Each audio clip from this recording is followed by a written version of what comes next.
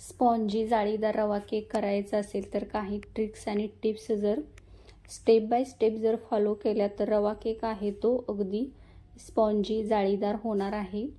तर केक जरी पहिल्यांदा जरी तुम्ही बनवला तरी परफेक्ट असा केक तयार होतो। या व्हिडिओमध्ये मी व्यवस्थित अशा स्टेप बाय स्टेप ट्रिक्स आणि टिप्स सांगितलेल्या आहेत।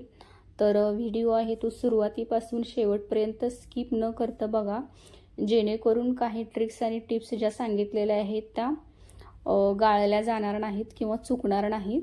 त्या व्यवस्थित तुम्ही समजून घ्या, त्याच्यानंतर हा रवा केक बनवायला घ्या। हमखास 100% परफेक्ट असा रवा केक तयार होतो। चला तर मग वेळ वाया न घालवता हा केक कसा बनवायचा ते बघूया। त्याआधी तुम्हाला एक छोटीशी विनंती आहे, तुम्ही जर माझ्या चॅनलवर नवीन असाल तर सबस्क्राईब करा आणि ज्यांनी सबस्क्राईब केलेलं आहे त्यांचं मनापासून धन्यवाद। चला तर मग केक कसा करायचा ते बघू। केकसाठी लागणारं साहित्य बघूया। इथे मी 1 वाटी बारीक रवा घेतलेला आहे, अर्धी वाटी साखर घेतलेली आहे, तर अर्धी वाटी दूध घेतलेलं आहे, अर्धी वाटी दुधावरची साय घेतलेली आहे, अर्धी वाटी दही घेतलेला आहे। तर एकाच वाटीने ही सगळी मापं घ्यायची आहेत, जेणेकरून केक आहे तो बिघडत नाही तर व्यवस्थित होतो। तर मी साखर घेतलेली आहे, ती जाड घेतलेली आहे, तर ती साखर आहे ती दळून घ्यायची आहे।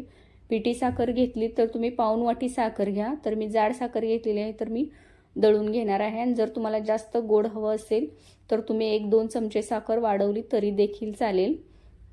इथं काळ्या मनुका घेतलेल्या आहेत, थोड्याशा घेतलेल्या आहे। ड्रायफ्रुट्स तुमच्या आवडीनुसार तुम्ही कोणतेही घेऊ शकता किंवा नाही घातले तरी काही हरकत नाही, चांगलाच होतो केक। तर वेलची पावडर घेतलेली आहे, इथे चिमूटभर मीठ घेतलेलं आहे, बेकिंग पावडर घेतलेले आहे अर्धा चमचा, या चमच्याने घेतलेले आहे अर्धा चमचा बेकिंग पावडर, आणि सोडा घेतलेला आहे खायचा सोडा पाव चमचा। तर एवढ्या मिश्रणासाठी बेकिंग पावडर आणि सोडा परफेक्ट होतो। तर वेलची पावडर जर तुम्हाला घालायची नसेल तर तुम्ही व्हॅनिला इसेन्स वापरला तरी देखील चालेल। आणि गोड पदार्थांमध्ये चिमूटभर असं मीठ घातलं की चव खूप छान येते, म्हणून बारीक मीठ अगदी थोडंसं घालायचं आहे। आणि इथे दुसरं एक सांगायचं आहे, तुम्हाला जर अर्धी वाटी साय घालायची नसेल तर तुम्ही याच वाटीने पाव वाटी तेल किंवा तूप घातलं तरी देखील चालेल, पण तेव्हा दुधाची क्वांटिटी वाढवून घ्यायची। अर्धी वाटी दूध घेतलेलं आहे, तिथं 1 वाटी दूध घ्यायचं आहे।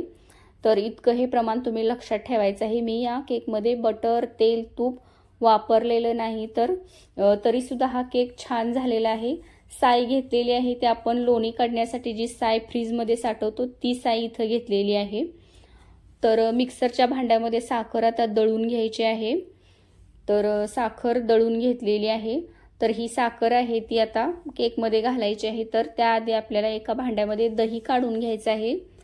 तर लक्षात ठेवायचं आहे, पहिल्यांदा दही घ्यायचं आहे, जेणेकरून त्याच्यामध्ये गाठी होतात तर ते व्यवस्थित मोडून घेता येतात, म्हणून सुरुवातीला दही फेटून घ्यायचं आहे। दही फेटून झाल्यानंतर याच्यामध्ये पिठी साखर घालायची आहे।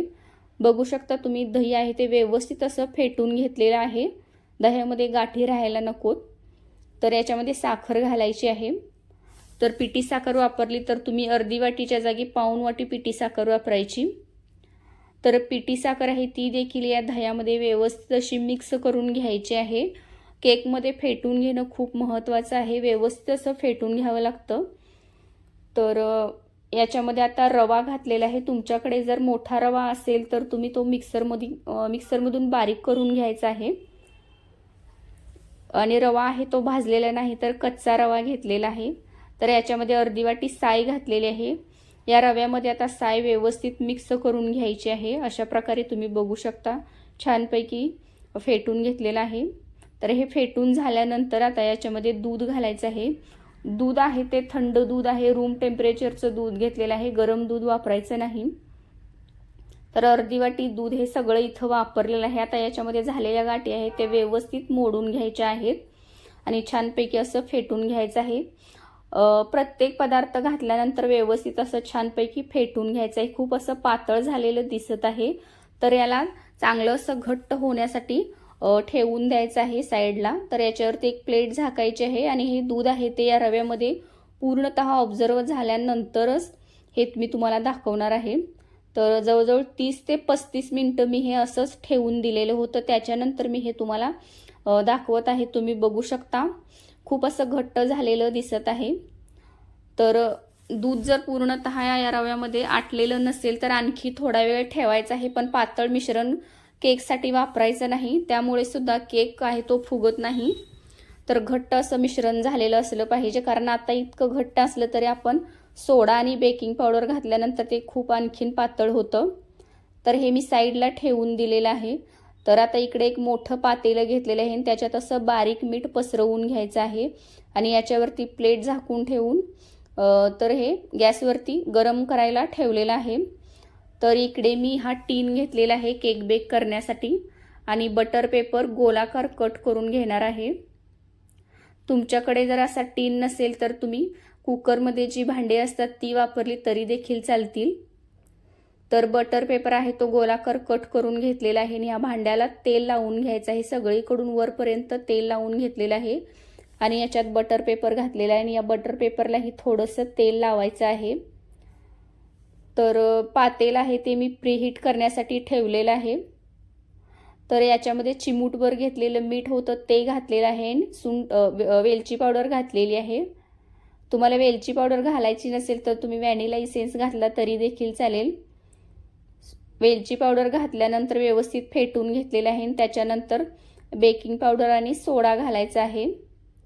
बेकिंग पावडर आणि सोडा घातल्यानंतर थोडंसं एक चमचाभर दूध घालायचं आहे, जेणेकरून सोडा आणि बेकिंग पावडर या मिश्रणामध्ये व्यवस्थित सगळीकडून लागेल। आणि हे मिश्रण आहे तर आता एकाच दिशेने फेटून घ्यायचं आहे, जास्त वेळ फेटत बसायचं नाही, फक्त रव्यामध्ये सगळीकडून व्यवस्थित मिक्स होईल इतपत हे फेटून घ्यायचं आहे। आणि आता या बटर पेपर लावलेल्या भांड्यामध्ये हे बॅटर आहे ते ओतून घ्यायचं आहे। ही प्रोसेस थोडीशी फास्ट करायची आहे, जास्त वेळ जर तुम्ही इथं लावला तर केक आहे तो बसतो, फुगत नाही। तर स्पॅच्युल्याच्या सहाय्याने मी हे सगळं मिश्रण आहे ते पसरवून घेतलेलं आहे आणि हा टीन आहे तो 2-3 वेळेस असा टॅप करून घ्यायचा आहे। तर याच्यावरती आता काळ्या मनुका घालायच्या आहेत, सगळीकडून अशा काळ्या मनुका घालायच्या आहेत। तुम्हाला आवडत असेल तर टूटी फ्रुटी किंवा ड्रायफ्रुट्स घातले तरी देखील चालतील। भांडं आहे ते व्यवस्थित प्रीहीट झालेलं आहे, जवळजवळ 5 ते 10 मिनिटं हे प्रीहीट करून घेतलेलं आहे। आता याच्यामध्ये एक स्टँड ठेवायचं आहे, स्टँड जर तुमच्याकडे नसेल तर एखादी प्लेट तुम्ही ठेवली तरी देखील चालेल आणि याच्यामध्ये आता हे भांडं ठेवून द्यायचं आहे। इथं काळजी घ्यायची आहे, हे भांडं आहे ते खूप असं गरम झालेलं आहे, तर भाजण्याची शक्यता आहे, तर व्यवस्थित काळजीपूर्वक याच्यामध्ये हा टीन ठेवायचा आहे आणि याला झाकून ठेवायचं आहे केक बेक होण्यासाठी। जवळजवळ 25 ते 30 मिनिटं मी हे असंच ठेवून दिलेलं होतं। 25 ते 30 मिनिटानंतर हे तुम्हाला दाखवत आहे, तुम्ही 25व्या मिनिटाला बघितलं तरी देखील चालेल। मी 30 मिनिटं झाल्यानंतर हा केक तुम्हाला दाखवत आहे, व्यवस्थित तो बेक झालेला दिसत आहे, तरी देखील टूथपिक घालून मी हे तुम्हाला दाखवत आहे। पूर्णतः टूथपिक कोरडी आलेली आहे, याचा अर्थ केक व्यवस्थित बेक झालेला आहे। तर केक बेक करताना एक लक्षात ठेवायचं आहे, अधेमध्ये चेक करून सारखं बघायचं नाही, तर केक आहे तो मध्ये बसला जातो।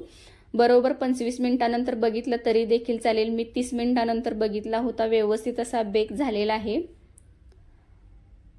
तर पूर्णतः केक असा थंड झाल्यानंतर तो डिमोल्ड करायचा आहे, चाकूच्या साहाय्याने सगळीकडून तो असा मोकळा करून घ्यायचा आणि त्याच्यानंतर असं ताट ठेवून त्याला पलटवून घ्यायचं आहे। याच्यावरती थोडंसं असं टॅप करायचं आहे, तो व्यवस्थित अलगद असा केक निघतो। बटर पेपर काढून घ्यायचा, तुम्ही बघू शकता रंग खूप छान आलेला आहे। तर केक आपला तयार झालेला आहे। अशा प्रकारे तुम्ही केक नक्की करून बघा, खूप मस्त होतो।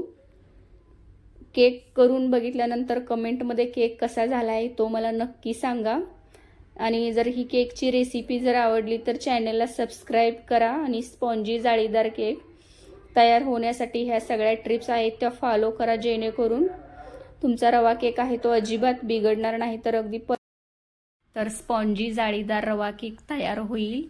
हा व्हिडिओ बघा आणि त्यानुसार केक करा आणि व्हिडिओ बघितल्याबद्दल धन्यवाद।